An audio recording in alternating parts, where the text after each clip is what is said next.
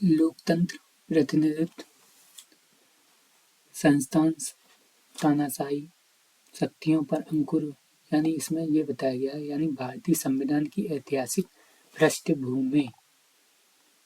Regulating act पढ़ते हैं 1773। भारत में एक सुनिश्चित शासन प्रणाली को आरंभ करने वाला अधिनियम था। कौन सा? यानी एक सुनिश्चित शासन प्रणाली को आरंभ करने वाला अधिनियम कौन सा था? Regulating act 1773। रेगुलेटिंग एक्ट किस वर्ष लागू हुआ? 1774। लागू कब हुआ? 1 साल बाद हुआ, 1774 में। बंगाल प्रेसिडेंसी के प्रशासन हेतु एक गवर्नर जनरल की नियुक्ति किस अधिनियम के तहत हुई? यानी बंगाल में एक प्रशासन हेतु एक गवर्नर जनरल की नियुक्ति हुई, वो कब हुई? 1773। यानी रेगुलेटिंग एक्ट 1773 के अंतर्गत किस अन्य प्रेसिडेंसी को बंगाल प्रेसिडेंसी के अधीन कर दिया गया था? यानी 2 प्रेसिडेंसियां और थी, कौन कौन सी? एक मद्रास, एक बम्बई। उसको किसके अधीन कर दिया था? बंगाल प्रेसिडेंसी के अधीन कर दिया गया था। किस अधिनियम के द्वारा बंगाल के गवर्नर जनरल को बंगाल का गवर्नर बना दिया गया था? यानी बंगाल का जो गवर्नर था उसको बंगाल का गवर्नर जनरल बना दिया। यानी बंगाल का पहले गवर्नर बनता था, उसको बंगाल का गवर्नर जनरल बना दिया। Regulating act 1773। रेगुलेटिंग एक्ट 1773 द्वारा गठित गवर्नर जनरल की परिषद की सदस्य कितनी थी? यानी सदस्य कितने थे उसमें? यानी गवर्नर जनरल की जो परिषद थी उसमें कितने सदस्य थे? उसमें सदस्य थे 4। बंगाल का प्रथम गवर्नर जनरल किसे बनाया गया था? बंगाल का प्रथम गवर्नर जनरल, यानी जो यहाँ पे क्या बताया था ऊपर, यानी जो गवर्नर जनरल थी उसकी नियुक्ति होने लगी यहाँ पे, कौन से? 1773 में। और उसकी परिषद में क्या होने लगा? उसकी परिषद में 4 सदस्य बनने लगे। पहला जो गवर्नर जनरल वॉरेन हेस्टिंग बना। और सर्वप्रथम सर्वोच्च न्यायालय का अधिनियम कब लागू हुआ? 1773 में। 1773 में। रेगुलेटिंग एक्ट 1773 के द्वारा सर्वप्रथम कहाँ सर्वोच्च न्यायालय स्थापित हुआ? कलकत्ता में हुआ। यानी ओवरऑल इसका क्या समाधान निकला? 1773 यानी एक रेगुलेटिंग एक्ट आया, लागू 1774 में हुआ। यानी गवर्नर जनरल की यहाँ पे नियुक्ति होने लगी, यानी कि बंगाल प्रेसिडेंसी के अधीन। बंगाल प्रेसिडेंसी के अधीन 2 और प्रेसिडेंसियों को कर दिया गया, मद्रास और बम्बई। और जो बंगाल का गवर्नर जनरल की जगह बंगाल का गवर्नर की जगह बंगाल का गवर्नर जनरल बनने लगा 1773 में। रेगुलेटिंग एक्ट बंगाल के गवर्नर जनरल बनने लगा। उसमें परिषद में कितने? 4 सदस्य होने लगे। बंगाल का प्रथम गवर्नर जनरल किसे बनाने लगा? वॉरेन हेस्टिंग को बनाने लगा। किस अधिनियम के द्वारा सर्वप्रथम सर्वोच्च न्यायालय स्थापित हुआ? रेगुलेटिंग एक्ट, यानी सर्वोच्च न्यायालय भी यहाँ पे बन गया, स्थापित हो गया। कहाँ पे बना? कलकत्ता में बना। कब बना? 1773 के रेगुलेटिंग एक्ट के द्वारा बना। रेगुलेटिंग एक्ट 1773 के द्वारा स्थापित सर्वोच्च न्यायालय में न्यायाधीशों की संख्या कितनी थी? 4। वहां पे परिषद में गवर्नर जनरल की परिषद में कितने सदस्य थे? 4। यहाँ पे भी सर्वोच्च न्यायालय के न्यायाधीशों की संख्या कितनी थी? 4। कैसे कैसे थी? 1 मुख्य न्यायाधीश था, 3 अन्य न्यायाधीश थे। रेगुलेटिंग एक्ट 1773 द्वारा स्थापित सर्वोच्च न्यायालय की अधिकारिता क्षेत्र, यानी क्या क्या किस किस मामले में ये सुनवाई कर सकते थे? कौन? सर्वोच्च न्यायालय सिविल के मामले में, आपराधिक मामले में, नौसेना के मामले में, यानी 3 मामलों में सुनवाई कर सकती थी। कहाँ पे सर्वोच्च न्यायालय बना था? कलकत्ता में बना था। कहाँ पे बना था? कलकत्ता में बना था। पहला गवर्नर जनरल कौन था? वॉरेन हेस्टिंग था। कौन था? वॉरेन हेस्टिंग था। यानी बंगाल का गवर्नर था, वो किस में कन्वर्ट कर दिया गया था? बंगाल के गवर्नर जनरल में कन्वर्ट कर दिया। और कौन कौन सी प्रेसिडेंसी को बंगाल के अधीन कर दिया? मद्रास और बम्बई प्रेसिडेंसी को कर दिया गया था। और ये 1773 का जो रेगुलेटिंग एक्ट था कब लागू हुआ? पारित तो 1773 में हो गया, लेकिन लागू कब हुआ? 1774 में हुआ। सर्वोच्च न्यायालय जो बना था कलकत्ता में, वो क्या इसकी आधिकारिक क्षेत्रता क्या क्या थी? यानी कब किस किस मामले में न्याय कर सकता था? सिविल मामले में, आपराधिक मामले में, नौसेना के मामले में। 1773 के रेगुलेटिंग एक्ट द्वारा स्थापित सर्वोच्च न्यायालय के निर्णय के विरुद्ध अपील हो सकती थी। यानी अब सर्वोच्च न्यायालय ने कोई निर्णय दे दिया, अब उसकी अपील कहाँ पे करेंगे जाके? तो पीवी काउंसिल में कर सकते थे। पीवी काउंसिल कहाँ थी? पीवी काउंसिल ब्रिटिश में थी। तो पीवी काउंसिल में हम क्या कर सकते थे? सुप्रीम कोर्ट के निर्णय के विरुद्ध अपील कर सकते थे। ठीक है। रेगुलेटिंग एक्ट 1773 की त्रुटियों के परिमार्जन हेतु किस अधिनियम को पारित किया गया? यानी इसमें कुछ गलतियां हो गई थी 1773 के अधिनियम में, तो इसकी गलतियों को सुधारने के लिए कौन सा अधिनियम आया? 1781 अधिनियम आया। किस अधिनियम के द्वारा ईस्ट इंडिया कंपनी के मामलों को देखने के लिए एक बोर्ड ऑफ डायरेक्टर्स की स्थापना की गई। यानी इसी 1773 में अब क्या किया गया था? बोर्ड ऑफ डायरेक्टर्स एक संस्था की स्थापना की गई, जो क्या यानी मामले इनकी जो व्यापारिक मामले और राजनीतिक मामले, दो तरीके के मामले थे। राजनीतिक मामले कौन देखेगा? अब नई संस्था बनेगी, वो देखेगी कौन सी? Board of control. अभी यहाँ पे यही संस्था देख रही है, कौन सी? Board of directors. और व्यापारिक मामले फिर बाद में कौन देखने लगेगा? व्यापारिक मामले बोर्ड ऑफ डायरेक्टर्स। यानी डायरेक्टर होते हैं वो क्या करते हैं? व्यापार करते हैं। जैसे स्कूल में प्रिंसिपल होते हैं, प्रिंसिपल कौन? प्रिंसिपल के बहुत सारे स्कूल हो गए, तो फिर वो डायरेक्टर बन जाते हैं ऐसे। अब पिट्स इंडिया एक्ट 1784, तो पिट्स इंडिया एक्ट 1784 किस अधिनियम द्वारा ईस्ट इंडिया कंपनी के व्यापारिक तथा राजनीतिक कार्यों को पृथक कर दिया गया? यानी व्यापारिक मामले, अब वो ईस्ट इंडिया कंपनी केवल व्यापार ही नहीं करती थी, ईस्ट इंडिया कंपनी अब क्या करने लगी? व्यापारिक और राजनीति भी करने लगी। कब से करने लगी? प्लासी के और बक्सर के युद्ध, यहाँ पे लिखा हुआ देखो, प्लासी के युद्ध। यानी प्लासी का युद्ध कब हुआ था? 1754 में। कंपनी की विजय के साथ ही भारत में अंग्रेजी शासन की नींव पड़ी। यानी अंग्रेजी शासन की क्या हो गई? नींव पड़ गई। ठीक है, स्टार्ट हो गई है। और रेगुलेटिंग एक्ट 1773 से ही भारत में कंपनी का प्रशासन पर ब्रिटिश संसदीय नियंत्रण के प्रयासों की शुरुआत हुई। यानी 1773 से ही क्या हो गई? यानी व्यापार तो पहले करती थी कंपनी, अब राजनीतिक मामलों में हस्तक्षेप करने लगी कंपनी। ठीक है, इसके साथ ही अब क्या हुआ? पिट्स इंडिया एक्ट 1784 के अंतर्गत ईस्ट इंडिया कंपनी पर राजनीतिक नियंत्रण एवं निरीक्षण हेतु किस संस्था की? यानी राजनीतिक नियंत्रण और निरीक्षक सही से काम कर रही कंपनी या नहीं, ये क्या बनाया गया था? Board of directors, board of control, board of control यानी नियंत्रक मंडल। यानी बोर्ड ऑफ डायरेक्टर्स तो पहले ही बन गई थी संस्था, अब बोर्ड ऑफ कंट्रोल भी बन गई। क्यों? क्योंकि अब राजनीतिक मामले में भी हस्तक्षेप करने लगी यहाँ पे इस कंपनी, इसलिए। पिट्स इंडिया एक्ट 1784 के तहत पूर्व के देशों में ब्रिटिश के उपनिषदों के प्रशासन पर नियंत्रण,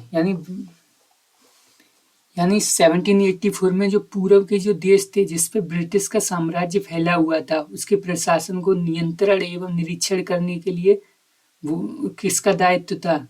यानी प्रशासन का नियंत्रण और निरीक्षक, बोर्ड ऑफ कंट्रोल। 1784 में पिट्स इंडिया एक्ट के अधीन गठित किए गए बोर्ड ऑफ कंट्रोल के सदस्य की नियुक्ति की जाने लगी। अब सदस्य जो चुन के आते थे वो कहाँ से आने लगे? इसके कंट्रोल, यानी कंट्रोल पूरा किसका हो गया?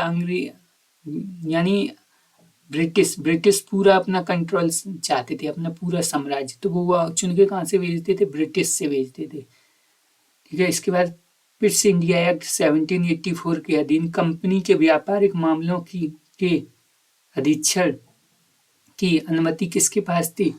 यानी जो व्यापारिक मामले थे उसको देखने की कौन देखता था? Board of directors. यानी बोर्ड ऑफ डायरेक्टर्स क्या देखते थे? व्यापारिक मामले। अब बोर्ड ऑफ डायरेक्टर पहले दोनों मामले देखते थे, अब क्या देखने लगे? व्यापारिक मामले। अब जो राजनीतिक मामले थे उनको कौन देखने लगा? Board of control. इसके अधिनियम 1786 गवर्नर जनरल को विशेष परिस्थितियों में, यानी गवर्नर जनरल बन गया था यहाँ पे, यानी बंगाल का जो गवर्नर था उसकी जगह कौन बन गया, बंगाल का गवर्नर जनरल बन गया था। मैं अपनी परिषद के निर्णय को निरस्त करने, अब उसकी शक्ति को थोड़ा बढ़ा दिया गया, किसकी शक्ति को, गवर्नर जनरल। गवर्नर जनरल की शक्ति को क्या कर दिया, बढ़ा दिया गया। यानी वो अब क्या करने लगा, गवर्नर जनरल अपने निर्णय को निरस्त करने लगा, अथवा लागू करने का अधिकार भी, यानी कोई निर्णय कब लागू करना है कब निरस्त करना है ये कौन, गवर्नर जनरल करने लगा। कब, 1786 के अधीन में। 1786 का जो अधीन था उसमें शक्ति गवर्नर जनरल की क्या कर दी गई, बढ़ा दी गई। किस अधिनियम के द्वारा गवर्नर जनरल को प्रधान सेनापति की शक्ति भी प्रदान की गई, यानी प्रधान सेनापति। अब सेना का जो प्रधान होगा वो भी कौन होगा, गवर्नर जनरल। कब कब शक्ति बढ़ाई गई, 1786। अब जो चार्टर आया 1793 चार्टर एक्ट 1793 के तहत ईस्ट इंडिया कंपनी के व्यापारिक अधिकारों को कितने वर्ष तक बढ़ा दिया गया। यानी अब कंपनी, ईस्ट इंडिया कंपनी है, वो क्या है, एक व्यापारिक पत्र लेके आती थी वहां से, ब्रिटिश से। उसको ईस्ट इंडिया कंपनी थी, उसको 20 साल की और अनुमति दे दी कि आप 20 साल और व्यापार कर सकते हैं, ठीक है। यानी 20 साल की और अनुमति बढ़ा दी गई। किस चार्टर के द्वारा, नियंत्रण मंडल यानी board of control. Board of control क्या करता, नियंत्रक यानी कंट्रोल करता था कि सदस्यों को भारत के राजस्व से वेतन दिया जाने लगा। पहले क्या होता था, चुन के कहां से आते थे, ब्रिटिश से, ठीक है। तो यानी ब्रिटिश से चुन के आते थे तो वहां से ही वेतन दिया जाता था, यानी उनकी देख रेख करते थे। तो अब क्या किया जाने लगा, 1793 यानी 1793 से भारत के राजस्व से ही वेतन दिया जाने लगा इनको भी। किस चार्टर के द्वारा यह स्पष्ट किया गया कि गवर्नर जनरल बंगाल में अपनी अनुपस्थिति के समय परिषद के असैनिक सदस्य को अपनी परिषद का उप प्रधान नियुक्त कर सकता है। यानी अगर वो गवर्नर जनरल था उसको प्रधान सेनापति बना दिया गया था, यानी सेनापति का, सेना का प्रमुख बना दिया गया था। लेकिन अगर वो उपस्थिति नहीं है तो फिर क्या किया जाएगा, अगर वो उपस्थिति नहीं है तो फिर क्या, यानी कोई असैनिक यानी जो सेना में नहीं है उसको भी उसके पास अधिकार है कि वो उप प्रधान, यानी प्रधान तो वो हो ही गया गवर्नर जनरल, वो उप प्रधान उसको क्या कर सकता है, चुन सकता है, नियुक्त कर सकता है। इस अधिनियम के द्वारा कहा गया 1793। किस अधिनियम के द्वारा बिना लाइसेंस के शराब की बिक्री पर रोक लगा दी गई, यानी बिना लाइसेंस के आप शराब की बिक्री नहीं कर सकते। कब कहा जाने लगा, 1793 के अधिनियम में क्या शराब की बिक्री पर रोक लगा दी गई। अब जो 20 साल बाद, अब फिर क्या हुआ, 20 साल बाद फिर एक अधिनियम आया, यानी कंपनी को जो व्यापारिक 20 साल बढ़ा दिया गया, यहाँ से 20 साल ऐड करेंगे तो ये यानी 1813, ठीक है। किस चार्टर के द्वारा सभी अंग्रेज व्यापारियों को भारत से व्यापार की छूट प्रदान की गई, यानी यहाँ पे क्या 20 साल इनको इनका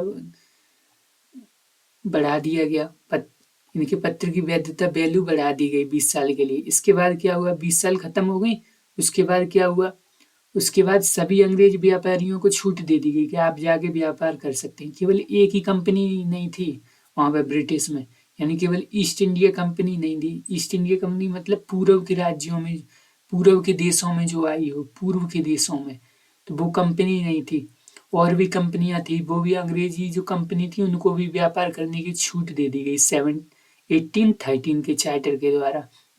और 1813 का चार्टर में और क्या अनुमति दी गई, केवल यही व्यापारियों को दी गई नहीं, ईसाई धर्म के प्रचार प्रसार की भी अनुमति दी गई कि हमारा धर्म है इसको बढ़ाओ। और किस चार्टर के द्वारा भारत में शिक्षा पर ईस्ट इंडिया कंपनी को 1 लाख रुपए वार्षिक खर्च करने का प्रावधान किया गया, यानी 1 लाख अब वार्षिक एक साल में 1 लाख रुपए खर्च होंगे शिक्षा पे। कौन से अधिनियम के द्वारा, 1813 के द्वारा। इस अधिनियम के द्वारा ब्रिटिश संसद ने, यानी जो ब्रिटिश संसद ने उसने चाय और चीन के साथ, यानी चाय और चीन के साथ व्यापार को छोड़कर ईस्ट इंडिया कंपनी के व्यापारिक एक अधिकार को समाप्त कर दिया, यानी जो एक अधिकार था, यानी एक के पास जो अधिकार था, एक कंपनी के पास अधिकार था, उस कंपनी को क्या कर दिया, समाप्त कर दिया। केवल एक कंपनी, यानी जो ईस्ट इंडिया कंपनी है, वो केवल चाय और चीन के साथ व्यापार कर सकती है। चाय और चीन के साथ, यानी चाय का व्यापार कर सकती है और चीन का व्यापार, चीन जो देश है उसके साथ व्यापार कर सकती है, बस।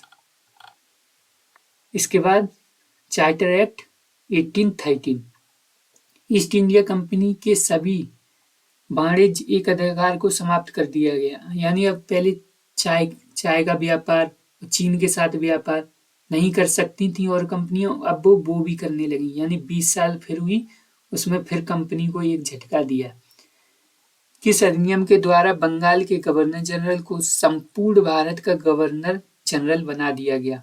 यानी जो बंगाल का गवर्नर जनरल था उसको, यानी पहले बंगाल का गवर्नर था 1773 में, अब वो बंगाल का गवर्नर जनरल उसमें बना दिया गया। फिर बंगाल का गवर्नर जनरल को अब संपूर्ण भारत का गवर्नर जनरल, यानी अब वो केवल बंगाल का ही गवर्नर जनरल नहीं, संपूर्ण भारत का गवर्नर जनरल हो जाएगा। कब? 1813 के चार्टर एक्ट के द्वारा। तो प्रथम गवर्नर जनरल थे, जो प्रथम थे वो कौन थे? लॉर्ड, यानी विलियम बेंटिंग। यानी कैसे याद करेंगे? ऐसे याद करेंगे, संपूर्ण भारत, यानी संपूर्ण भारत पे कब्जा कर रहा है, तेरी कर देंगे पेंटिंग। ऐसे बेंटिंग, तेरी कर देंगे पेंटिंग, ऐसे। उस चार्टर जिसने बंबई तथा मद्रास की परिषद की विधि निर्मात्री शक्ति को समाप्त कर दिया गया। यानी किस चार्टर के द्वारा? जो बंबई और मद्रास की परिषद थी, वो यानी विधि निर्मात्री, यानी विधि मतलब कानून को निर्माण कर सकती थी, उनकी शक्ति को समाप्त कर दिया कि बंबई और मद्रास